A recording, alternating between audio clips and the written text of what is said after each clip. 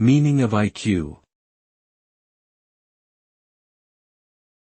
IQ. IQ. IQ.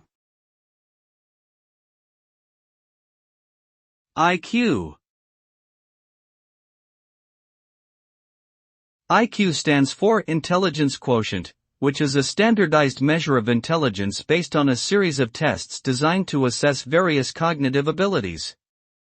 IQ tests typically measure skills such as problem solving, spatial reasoning, and vocabulary.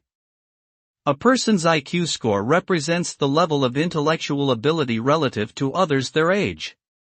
The average IQ score is 100, with scores above or below indicating above or below average intelligence, respectively.